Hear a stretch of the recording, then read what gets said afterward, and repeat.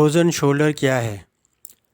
ہمارے ہاتھوں کی حرکت چاروں طرف ہوتی ہے اور اس میں ایک مایع ہوتا ہے جو آسانی سے حرکت کرنے میں مدد دیتا ہے۔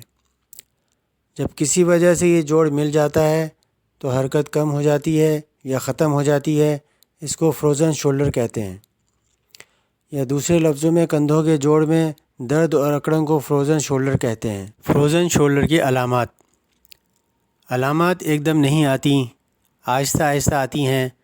درد ہوتا ہے، اکڑن جکڑن ہوتی ہے، سوزش آ سکتی ہے، درد پھیل کر بازو تک یا پیچھے گردن تک جا سکتا ہے۔ مریض اپنے کندھے کو پوری طرح استعمال نہیں کر پاتا۔ مریض کہتا ہے کہ مجھے قمیص پہنتے وقت بہت درد ہوتا ہے۔ قمیص پہنتے وقت ہاتھ اوپر لے جانا پڑتا ہے، یہ حرکت نہیں ہو پاتی۔ رات کو سوتے وقت جس کندھے پہ درد ہے اس طرف لیٹتے وقت اس کو تکلیف ہوتی ہے۔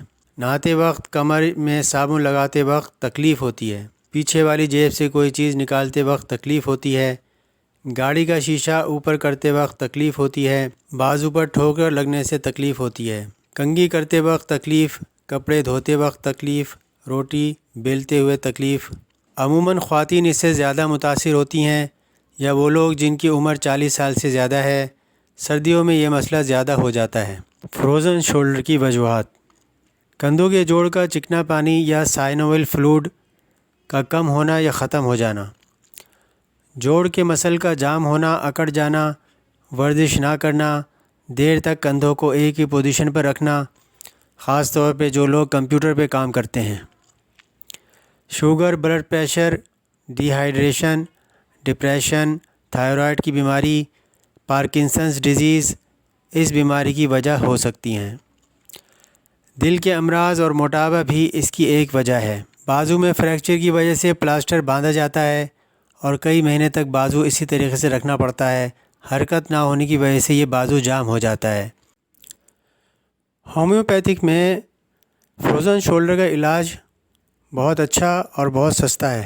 ہومیوپیتھک میں کچھ دوائیاں ہیں جو کہ فروزن شولڈر کے لیے بڑی مفید ہیں، اور یہ دوائیاں پیشنٹ ٹو پیشنٹ علامات کے مطابق سیٹ ہوتی ہیں۔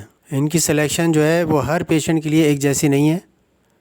جیسا پیشنٹ میں علامتیں ظاہر ہوں گی ویسے ہی دوائیوں کی سلیکشن کی جاتی ہے۔ تو اس میں چند میڈیسن ہیں، مثلاً آرنیکا مونٹانا ہے، برائنیا ہے، سینگونیریا ہے، فیرم میٹیلیکم ہے، رسٹاکس ہے، روٹا ہے، ہائی پیریکم ہے، تھائیوسینامینم ہے۔